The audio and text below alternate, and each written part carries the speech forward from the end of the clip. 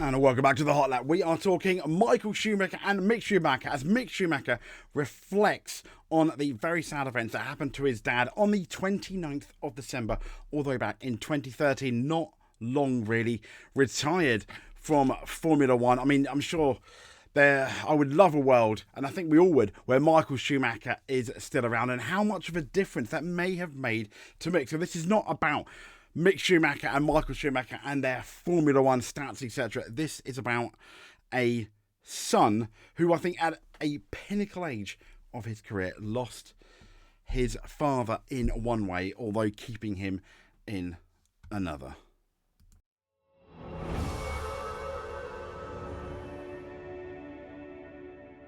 I just want to give a quick nod to one of my favourite Autosport front covers. Mick makes his mark 30 years after Michael. I think I've still got that one in my collection, which I thought obviously his dad looking over behind him, and I think it's brilliant. And in relation to losing your dad from someone that has sadly lost their father, obviously I was a lot older than Mick Schumacher. I cannot imagine, because Mick Schumacher was actually there when the incident happened. I can't imagine what went through his head, what goes through his head, and what is still going through his head, and what he feels he's missed in what was a really important time. I know people lose their fathers all the time, and mothers, and it's one of the worst things I think that can happen to a child. And this is the article, obviously, Mick Schumacher's emotional reflection on the Michael Schumacher accident. This is on Planet F1. So as we know, on December the 29th, 2013, the Schumacher family, all their lives absolutely changed forever as Michael Schumacher suffered what was a very serious head injury in relation to a skiing accident. And with him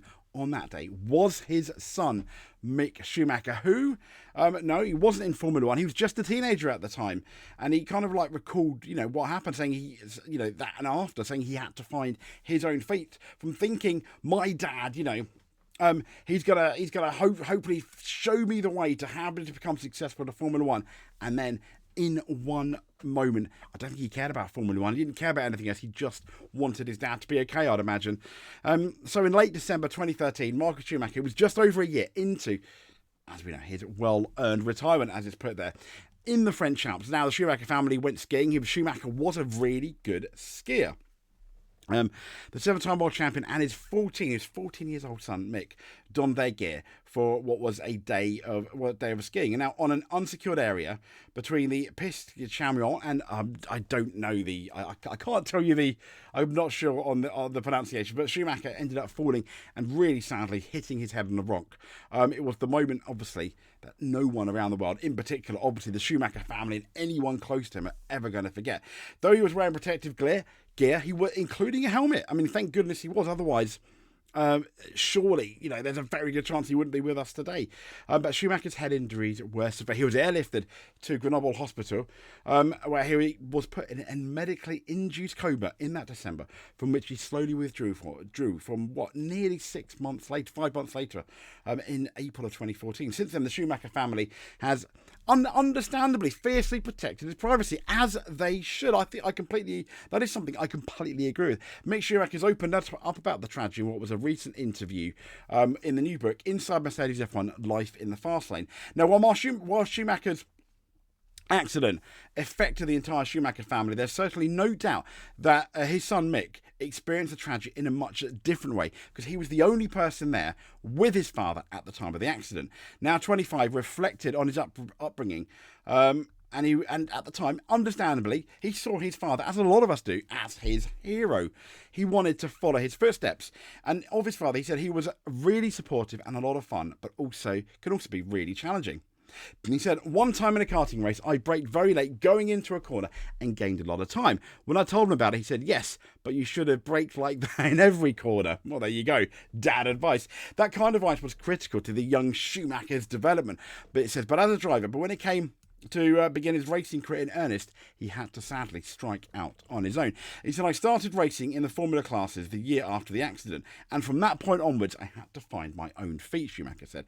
But I definitely learned a lot of technical points from him that I still use today, as well as from his coaching, and I've always been very resilient. I think Schumacher was as well.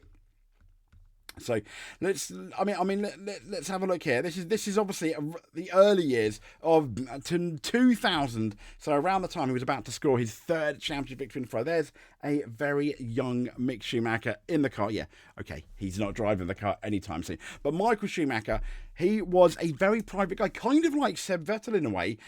Max Verstappen, private-ish. Hamilton, no, definitely not.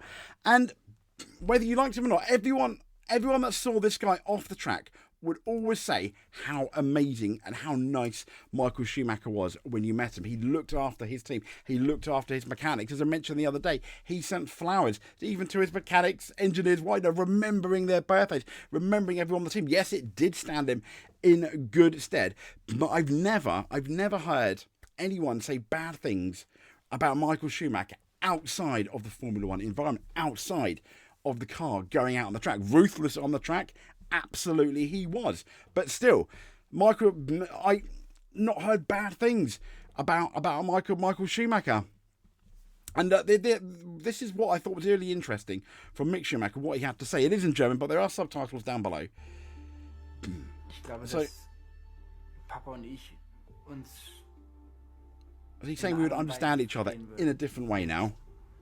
einfach weil wir in And they speak a similar language, the language of motorsport he's going to talk about. diese Motorsportsprache. Dass wir viel mehr And he feels that, auch zu I mean, bequatschen. obviously, they would have much more to talk about. Und da finde ich, ist mein Kopf am meisten oder die meiste Zeit. Wo einfach ich mir denke, das wäre so cool. Weißt du, wo ich mir denke, It would have been cool. It would have been absolutely amazing, them talking Formula One. And he said he would give up everything for that. I mean, he said himself, Michael Schumacher is someone who comes into a room and everyone stops. He did have a presence. Ayrton Senna had a presence in and out of the car.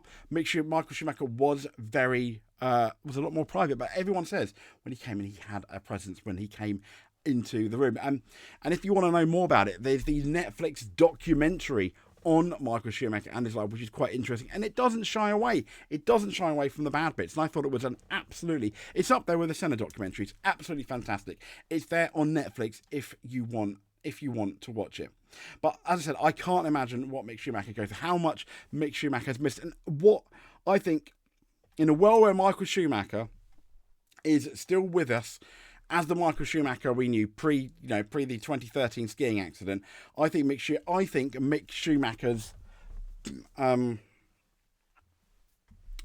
F1 life would be completely different. Toto Wolff has come out and even said that for example, Michael Schumacher been around during the Haas stuff, no way would Gunther Steiner treat Mick Schumacher like that, because he would not have done had his dad been alive. And maybe Mick Schumacher would be maybe even a better driver for it, potentially. But as I said, I don't really want to talk about that. This was obviously just about a dad, a son that feels like in many ways he's lost his father. And as he saw that, he would give up everything for that, just to have that talk. And that is something obviously that's really, really close to my heart, as I explained at the beginning of the video. That's absolutely amazing. Yeah, I just wanted to do a quick article about that. Anyway, we'll speak to you soon. Thank you very much for watching the video. Really, really appreciated. I don't want to do any funnies. I don't want to do anything subscribery or anything at the end. So yeah, thank you very much.